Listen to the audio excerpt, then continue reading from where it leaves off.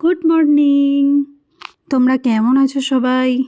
জানো তো, কয়েকদিন ধরে আমার এই ছোট্ট মেয়েটার ভীষণ শরীর খারাপ। যাই খাচ্ছে বমি করে দিচ্ছে, ঠিক করে ঘুমোচ্ছে না, ঠিক করে খাচ্ছে না, খালি ঘ্যান ঘ্যান ঘ্যান ঘ্যান করে যাচ্ছে। জানি না কি হয়েছে।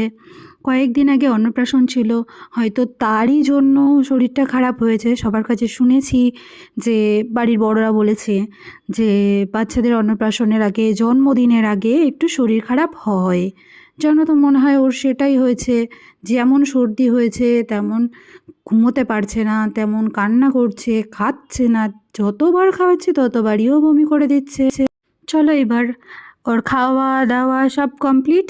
এবার যাই আমি আমার কাজে লেগে পড়ি। ওকে ওর পাপার কাছে দিয়ে ভাত বসিয়ে রেখে দিয়েছিলাম। এখানে ফ্রিজ থেকে মাছও বের করে রেখে দিয়েছি, পাশে চা বসিয়ে দিয়েছি। এবার আমরা স্বামী স্ত্রী মিলে দুজনা চা খাবো, তারপর রান্না বান্না করব।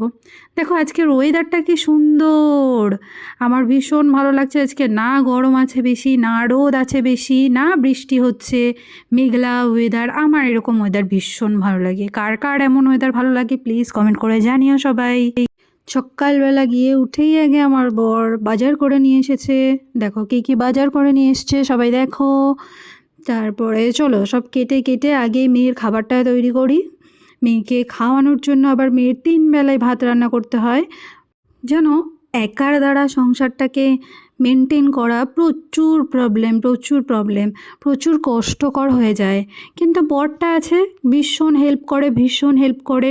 পুরো প্রেগনেন্সি থেকে মেয়ে এতদিন হওয়া অবধি প্রচুর হেল্প করে আমাকে, প্রচুর কাজ করে দেয় আমাকে, প্রচুর বিশ্রাম দেয় আমাকে। আমি ভাগ্য করে এরকম একটা বর পেয়েছি। এই তোমরা আবার নজর দিও না জানো। মজা করলাম। যাই হোক, দেখো এখানে ও একটুখানি ঘুরবে ফিরবে, এসে আমাকে একটু মেরে দিয়ে চলে যাবে। সব সময় এমন করে, একটু চুল টেনে দেবে, একটু কান মুলে দেবে, সব সময় এমন করবে। আমি একটা কিছু বলে দেবো, চুপ করে আবার চলে যাবে। কিন্তু আমার প্রচুর গরম করছে, বাইরে গরম থাক বা না থাক আমার তো গরম করবেই। দেখো কত ঘেমে গেছি। চলো এবার বাইরের ওয়েদারটা একবার তোমাদের সবাইকে দেখাই। এত সুন্দর, আমার ব্যালকানিটা যে আমার এত ভালো লাগে। দেখো একটা লেবু গাছ লাগিয়েছিলাম, কোনোদিনও লেবু হয় না, 2 বছর হয়ে গেল। দেখো আকাশটা এত সুন্দর লাগছে আজকে, কি বলবো। আমার ব্যালকানিতে এলে মন ভালো হয়ে যায়। আমার ভীষণ ভালো লাগে ব্যালকানিতে এলে। আমি মাঝে মধ্যেই কানে হেডফোন দিয়ে ব্যালকানিতে এসে দাঁড়িয়ে থাকি, কিংবা বসে থাকি, কিংবা মেয়ের সাথে খেলা করি। আমি এটা করি।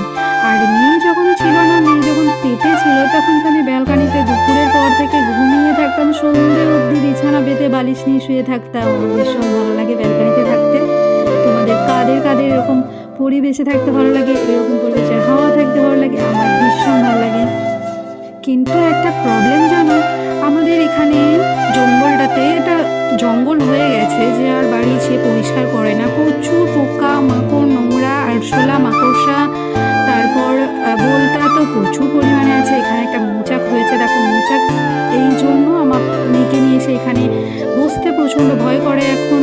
আর সন্ধ্যের পর থেকে তো এই জায়গাটা মোটেই খুলে রাখা যায় না। যদি খোলা রেখেছো তাহলে ঘরের মধ্যে বাইরের পোকা মাকড় পুরো ভর্তি হয়ে যাবে, তোমার খাবারে পড়বে, সমস্ত কিছু ভীষণ বাজে লাগে। সেই জন্য সন্ধ্যের পর তো আর খোলাই রাখতে পারি না। কিন্তু এত সুন্দর এখানটায় হাওয়া দেবে, ভীষণ ভালো লাগে। তো চলো আমি আমার বাচ্চাটাকে স্নান করাই। ওই দেখো ওর বাবাই ওকে স্নান করাতে চলে এসেছে।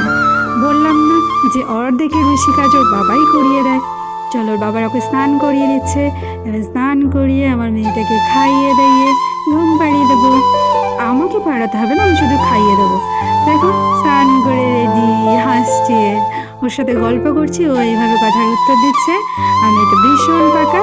চলো ওকে খাইয়ে দিয়ে ওকে ঘুম পাড়িয়ে দিই। সবাই ভালো থাকবে। আমি রান্না করি, গিয়ে আমার রান্না বান্না সেরে স্নান করে আমি আমার মেয়ের সাথে একটু ঘুমিয়ে পড়বো।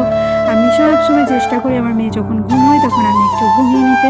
আমার বর অনেক হেল্প করে দেয়, বাকি সমস্ত কিছুর দায়িত্ব নিয়ে নেয়, আমার এই জন্য প্রচুর হেল্প হয়। তো কার কার ঘরে এরকম আমার বরের মতন একটা বর আছে? হ্যাঁ, শুধু কাজ করে দেয় না, প্রচুর ঝগড়াও করি আমি ওর সাথে। প্রচুর মান অভিমান ঝগড়া সব নিয়ে ভালোবাসায় থাকি। তোমরাও থেকো, ভালো থেকো, টাটা।